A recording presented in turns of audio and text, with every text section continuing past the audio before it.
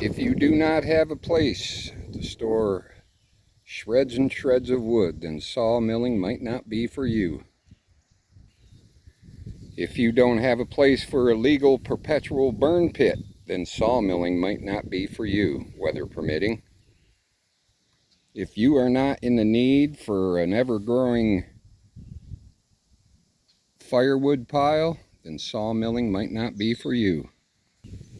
If you don't have the storage space for tons and tons of beautiful lumber, sawmilling might not be for you.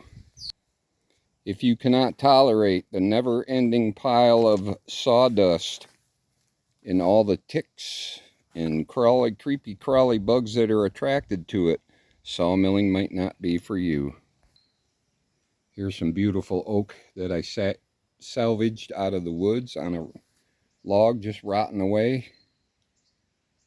Sawmilling is definitely for me.